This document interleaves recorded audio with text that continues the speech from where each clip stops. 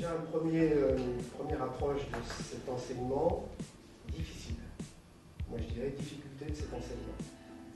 À la fois pour les étudiants et pour les enseignants.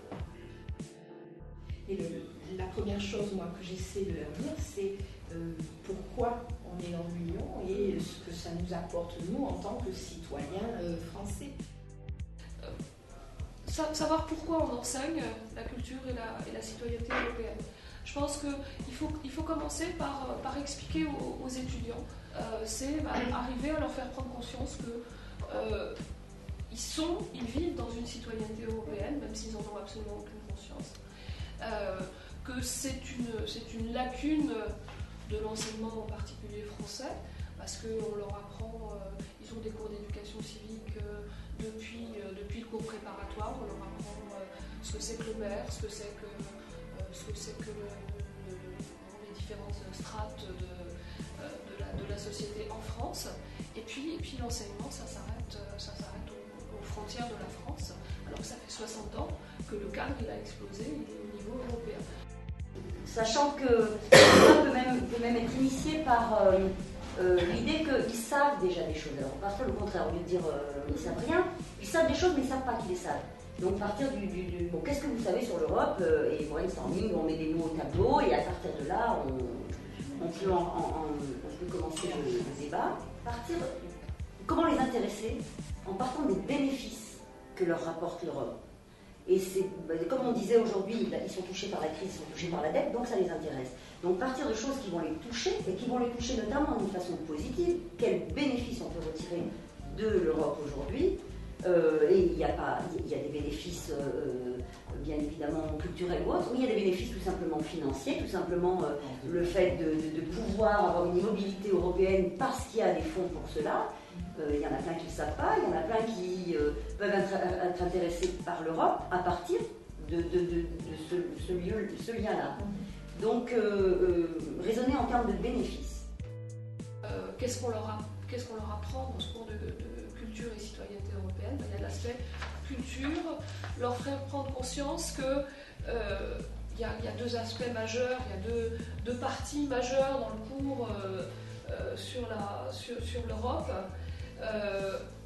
Les institutions européennes, la construction européenne, elle s'est faite d'abord sur l'idée de créer des structures qui permettent le maintien de la paix en Europe. Pourquoi on a des structures qui permettent le maintien de la paix en Europe et clairement des structures qui, depuis 1945, fonctionnent. C'est une des premières périodes de l'histoire européenne où on a 60 ans de paix en Europe.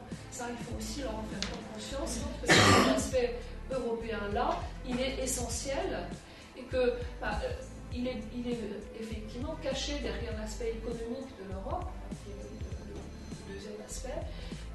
Il est caché, mais bon, il ne faut pas brader non plus le maintien de la paix parce que ça ne fonctionne pas au niveau économique. Donc ça, c'est le deuxième aspect que j'essaie de leur montrer. Aux questions actuelles.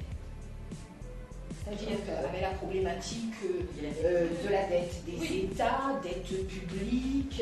Alors ils nous posent des tas de questions parce qu'ils aimeraient bien comprendre pourquoi on est arrivé là. La chance que l'Europe soit au cœur de l'actualité. Donc forcément, ils sont plus intéressés. Les autres années, c'était un peu plus difficile. De faire mettre en présence les enseignants et les élèves dans le cadre de séminaires ou de cycles de conférences qui seraient organisés semestriellement ou annuellement dans chaque établissement sur un thème de l'Europe où interviendraient les professeurs. Donc il faudrait établir un socle de connaissances basiques avec une liste de mots-clés. On en a beaucoup parlé, les mots-clés, une liste de mots-clés, de lexiques qui soient des marqueurs incontournables et qu'ils doivent absolument maîtriser, tout comme pour passer au CM1, on doit maîtriser la lecture. Donc, leur faire prendre conscience que là, il y a une lacune, c'est absolument catastrophique, qu'ils soient en troisième année après le bac, et qu'on aborde ça qu'en troisième année après le bac, mais qu'on a à rattraper, c'est ça. Leur faire prendre conscience aussi que la plupart des règles qui qui accompagnent leur vie quotidienne, leur travail, sont des règles européennes et ne sont pas des règles françaises uniquement. C'est peut-être la transposition de règles européennes. Donc, leur faire prendre de conscience qu'ils baignent dans l'Europe sans s'en rendre compte.